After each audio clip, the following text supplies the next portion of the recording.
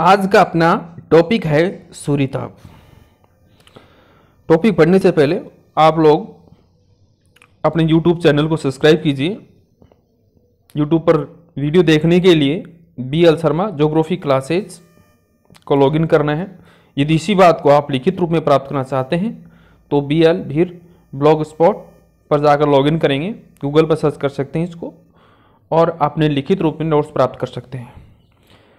Subscribe करना है, share करना है, जिससे अधिकतम लोगों को इसका लाभ प्राप्त हो सके। ये सुविधा निःशुल्क होती है, यह आप लोगों के कंपटीशन की तैयारी के संदर्भ में है। ये सारे टॉपिक यूपीएससी, नेट, सेट सभी प्रकार की कंपटीशन के एग्जाम के लिए महत्वपूर्ण है। सौरताप किसे कहते हैं? सबसे पहले हम पढ़ेंगे सौरताप किसे कहते हैं। किर्चफील्ड के अनुसार सूर्य से पृथ्वी तक पहुंचने वाली विकिरण ऊर्जा को ही सौरताप कहा जाता है। सूर्य से पृथ्वी तक पहुंचने वाली विकिरण ही क्या कहलाती है? सौरताप। हम इसको ऐसे भी कह सकते हैं कि सौर ऊर्जा को ही सौरताप कहा जाता है। ट्रिवार्था ने कहा है कि संपूर्ण पृथ्वी प्रति मिनट सूर्य से इतनी ऊर्जा प्राप्त करती है जितनी ऊर्जा मानव जाति वर्ष भर में अपने विभिन्न कार्यों के लिए उपयोग में करती है। ये विचार अभिव्यक्त किया है ट्रिवार्था ने। सूर्य ताप का मापन पायरोहेलियोमीटर के द्वारा मापा जाता है। याद रखना आपको, पायरोहेलियोमीटर के द्वारा मापा जाता है सूर्य ताप का मापन। सूर्य ताप के संदर्भ में कुछ महत्वपूर्ण तथ्य हैं जो आपको याद रखने हैं। पृथ्वी से पहला है, पृथ्वी से सूर्य की औसत दूरी 14.9 करोड़ किलोमीटर है, अर्थात 93 मिलियन किलोमीटर है। इसको ऐसे कह सकते हैं। पृथ्वी से सूर्य की अधिकतम दूरी 15.3 करोड़ किलोमीटर है, अर्थात 94.5 मिलियन मील मानी गई है। पृथ्वी से सूर्य की न्यूनतम दूरी 14.7 करोड़ किलोमीटर है। यानी न्यूनतम दूरी 14.7 करोड़ किलोमीटर, अधिकतम दूरी 15.7 करोड़ किलोमीटर और औसत दूरी है 14.9 करोड़ किलोमीटर। सूर्य का व्यास 13,82,400 किलोमीटर है। पृथ्वी का औसत घनत्व 5.5 है, जबकि सूर्य का औसत घनत्व 1.41 पाया जाता है। सूर्य की बाहरी सतह का तापमान 6000 डिग्री सेंटीग्रेड माना गया है। तो इस प्रकार से इन सभी तथ्यों को आपको ध्यान रखना है। सूर्य की किरणें पृथ्वी तक पहुंचने के लिए 3 लाख किलोमीटर प्रति सेकंड की दर से गति करते हैं, अर्थात 1,86,000 मील प्रति सेकंड की दर से गति करती हैं। याद रखना है, 1,86,000 मील है और 3 लाख किलोमीटर प्रति सेकंड की गति है। सौर विकिरण पृथ्वी तक पहुंचने में 8 मिनट और 16 सेकंड का समय लेती हैं, अर्थात 1,86,000 मील की दूरी तय करने में लगने वाला जो समय है वो 8 मिनट और 16 सेकंड का है। सूर्य ऊर्जा शक्ति की संपूर्ण मात्रा का लगभग 1/2 अरबवां भाग ही पृथ्वी तक पहुंच पाता है। 1/2 अरबवां भाग ही पृथ्वी तक पहुंच पाता है, आपको याद रखना है।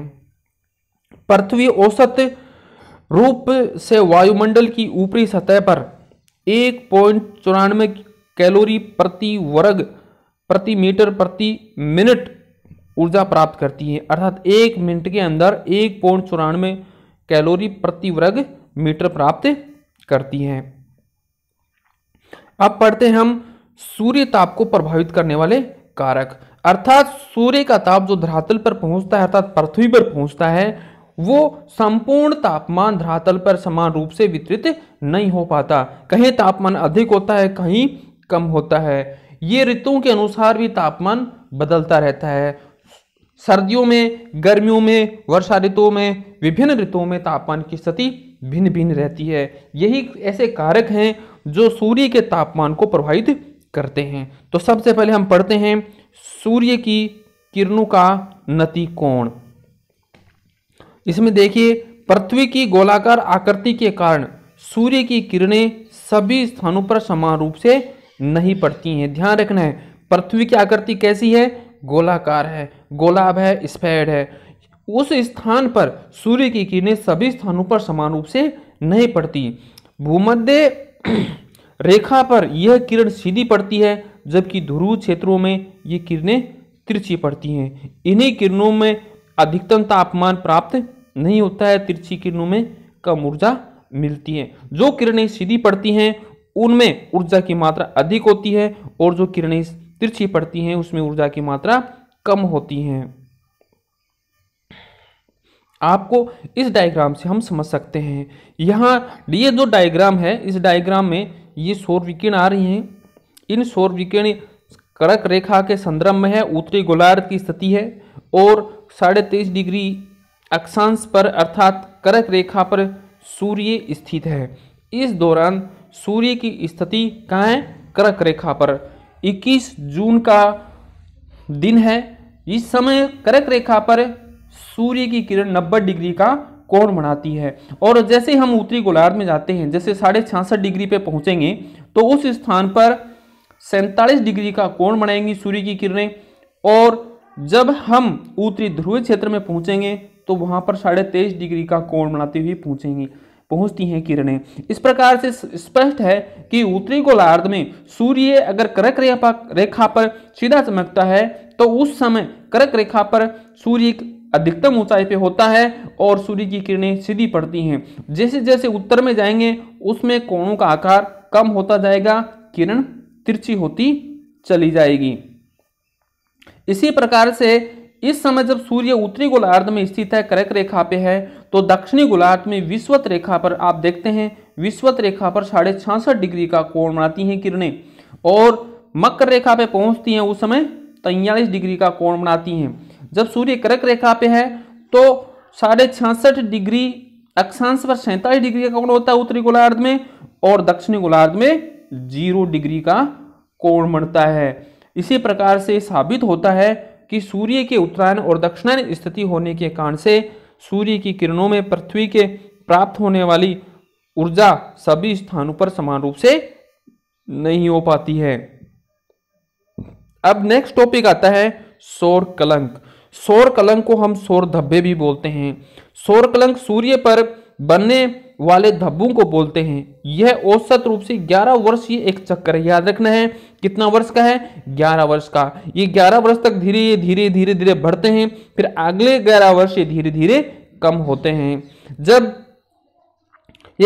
जब सौर कलंक की संख्या बढ़ती है तो तापमान का विसर्जन भी अधिक होता है। सौर कलंक के धब्बे बढ़ेंगे, सौर कलंक बढ़ेगा तो समय सूर्य से निकलने वाली ऊर्जा भी अधिक होगी। इसके विपरीत जब सौर कलंक कम होते हैं तो सौर तापमान की मात्रा भी कम प्राप्त होगी।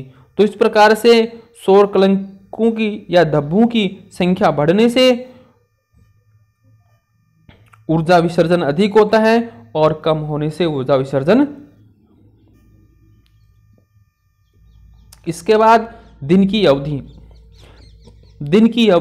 अवधि निर्भर करती है कि सूर्य उत्तरी गोलार्ध में है या दक्षिणी गोलार्ध में है।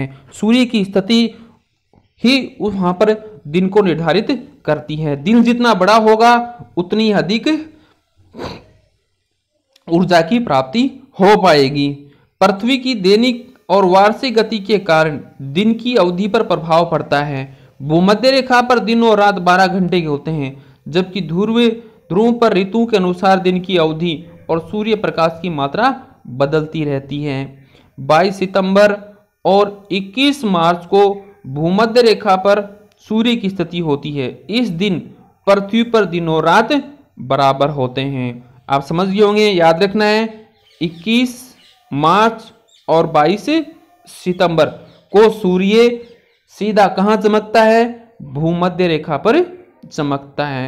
21 दिसंबर को सूर्य मकर रेखा पर, या 21 या 22 दिसंबर कुछ किताबों में 23 दिसंबर लिखा हुआ है, कुछ में 22 दिसंबर लिखा होता है।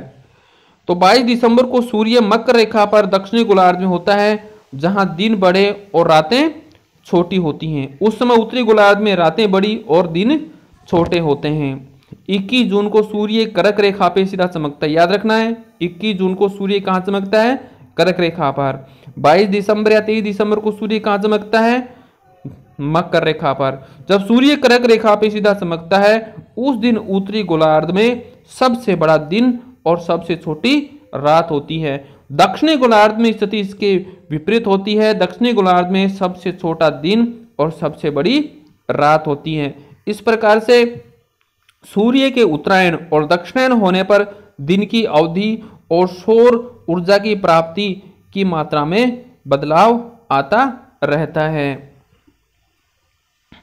अब हम पढ़ते हैं सूर्य से पृथ्वी की दूरी। दूरी बराबर नहीं रहती है, बदलती रहती है, क्योंकि पृथ्वी जो सूर्य का परिक्रमण करती है वो गोलाकार न होकर एक अंडाकार रूप में है, इसलिए उसके परिक्रमण पथ पर सूर्य की स्थिति और पृथ्वी की स्थिति में बदलाव आता रहता है। पृथ्वी से सूर्य के बीच की दूरी साल भर एक समान नहीं रहती है, क्योंकि पृथ्वी का परिक्रमण पथ किस प्रकार का है, अंडाकार है। पृथ्वी से सूर्य के बीच की दूरी 14.9 करोड़ किलोमीटर, ये मैंने आपको पहले बताया था। साल भर सूर्य और पृथ्वी के बीच की स्थिति में परिवर्तन होता रहता है, इसी कारण दोनों के बीच अंतराल भी कभी कम और कभी ज्यादा होता है। इसकी प्रमुख दो स्थितियां यहाँ पर आकलित की जा सकती हैं।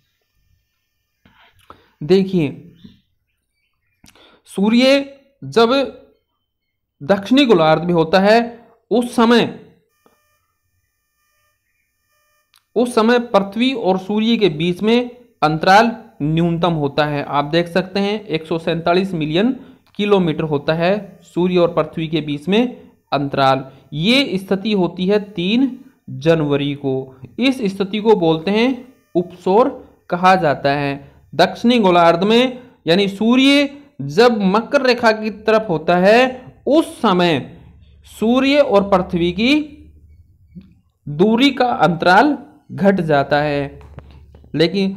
लेकिन आप सोचते होंगे उस समय तो सर्दियां पड़ती हैं, जब सूर्य पास होगा तो गर्मी अधिक होनी चाहिए, परंतु ऐसा नहीं है। दक्षिणी गोलार्ध में इस परिस्थिति के अंदर 7% अधिक ऊर्जा की प्राप्ति होती है। जब सूर्य उत्तरी गोलार्ध में आता है उस समय सूर्य और पृथ्वी के मध्य का अंतराल 152 मिलियन किलोमीटर हो जाता है। कब? जब सूर्य कहाँ आता है? उत्तरी गोलार्ध में पहुंचता है। उत्तरी गोलार्ध में पहुंचने से पृथ्वी और सूर्य के बीच में अंतराल बढ़ जाता है। उस स्थिति को बोलते हैं अपसौर कहा जाता है। ये स्थिति आती है कब?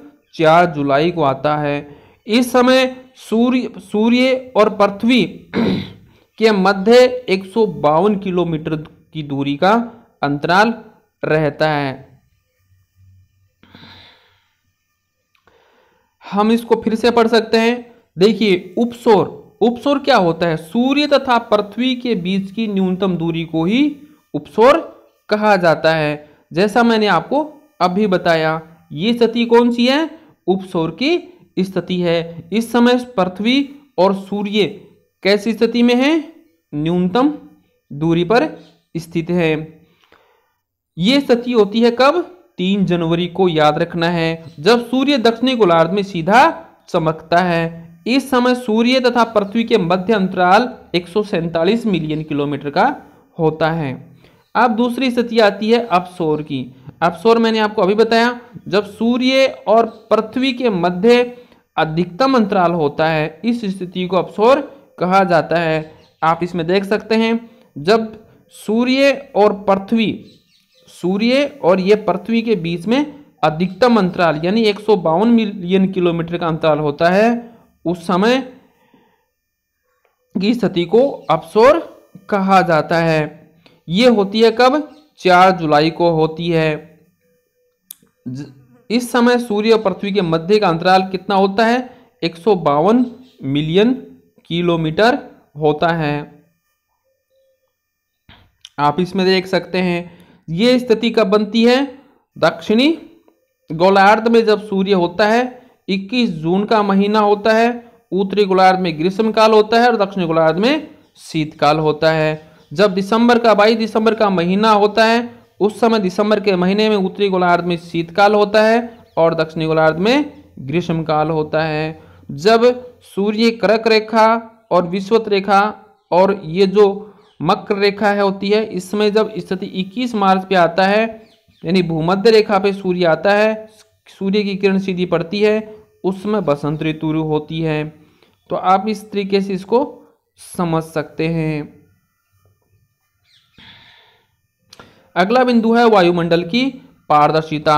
वायुमंडल की पारदर्शिता, सूर्य की किरण वायुमंडल की मोटी परत से होकर गुजरती है। आप जानते हो हजारों किलोमीटर मोटी ये वायुमंडल की मोटी परत है। इसमें से सूर्य की जब किरण निकलती है तो उसमें प्रकीर्णन, परावर्तन और अवशोषण की क्रियाएं संपन्न होती हैं।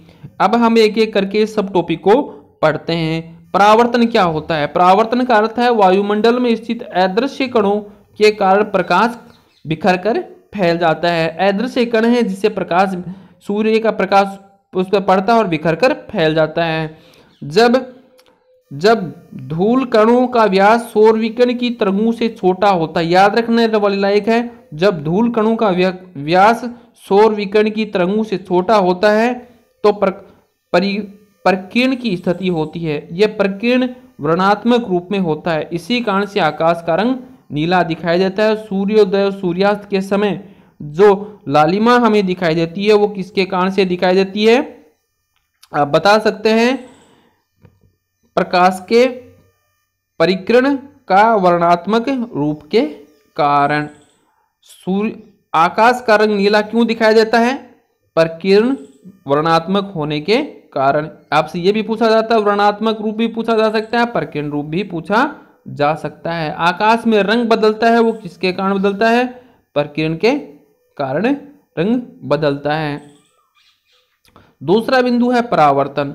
जब वायुमंडल में धूल कणों का व्यास सौर विकिरण की तरंग से बड़ा होता है तो उसको परावर्तन बोलते हैं। यानी धूल कण बड़े होते हैं और सौर विकिरण छोटी होती है। इसी परिवर्तन के कारण चंद्रमा का अंधेरा भाग भी हमें आसानी से दिखाई देता है। दोनों की विशेषता मैंने बताई है आपको। किसकी? प्रकीर्ण की विशेषता बताई है। आकाश का रंग नीला दिखाई देता है, इसमें कणों का आकार छोटा होता है। और जो परावर्तन होता है इसमें धूल कणों का आकार बड़ा होता है और विकिरण का आकार, विकिरण तरंगों का आकार छोटा होता है। इसमें चंद्रमा का अंधेरा भाग भी आपको आसानी से दिखाई देता है। जब रात को आप चंद्रमा निकलता है उसमें देखते हैं। परावर्तन और प्रकीर्ण के कारण वायुमंडल में सूर्य की ऊर्जा पृथ्वी की सतह पर पहुंचती है। इसे विस्तृत दीवा प्रकाश भी कहते हैं। परावर्तन और प्रकीर्ण के कारण याद रखना है, विस्तृत दीवा प्रकाश, डिफ्यूज डे लाइट किसे कहते हैं? आपको याद रखना है, डिफ्यूज डे लाइट किसे कहा जाता है?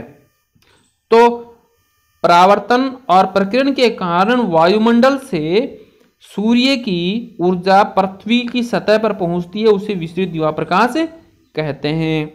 प्राप्त सौर विकिरण का 35% भाग परावर्तन और प्रकीर्ण के द्वारा अंतरिक्ष में लौटा दिया जाता है। यदि ये माना जाए कि वायुमंडल सूर्य से 100 इकाई धरातल पे पहुंचती हैं, वायुमंडल में पृथ्वी पे आती हैं, उसमें से 35 इकाई तो सीधे परावर्तन और प्रकीर्ण में ही चली जाती हैं। फिर पहुंचती हैं केवल कितनी इकाइयां? 65 इकाइयां ही पहुंच पाती हैं। इसके बाद तीसरा बिंदु है अवशोषण। वायुमंडल में उपस्थित जलवाष्प पर ओजोन गैस सौर तरंगों का अवशोषण कर लेती हैं। आप जानते हैं कि जलवाष्प है वो अवशोषण करती है और ओजोन परत है वो भी, ओजोन गैस है वो भी सौर विकिरण का अवशोषण करती है, इसलिए ओजोन परत में तापमान अधिक पाया जाता है। वायुमंडल प्राप्त सौर विकिरण का 14% भाग अवशोषित कर लेता है। केवल सौर विकिरण का 51% भाग ही पृथ्वी सतह पर पहुंच पाता है। समझ गए? यानी 51% भाग ही 100 इकाइयां आती हैं, उसमें से 51 इकाइयां ही धरातल पर पहुंचती हैं। इसके बाद नेक्स्ट बिंदु है अलविदो। किसी भी सतह से विकिरण ऊर्जा से परावर्तित भाग को अलविदो कहा जाता है। पृथ्वी की सतह पर औसत अलविदो कितना है?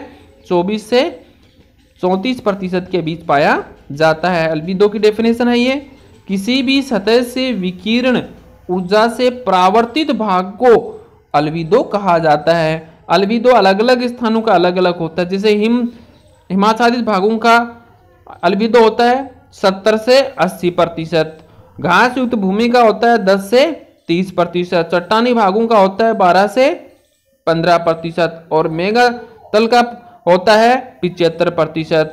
तो इस प्रकार से ये अल्बिडो भिन्न भिन्न स्थानों का भिन्न भिन्न होता है। इसमें कोई बात समझ में नहीं आई हो तो आप कमेंट करके बोल सकते हैं।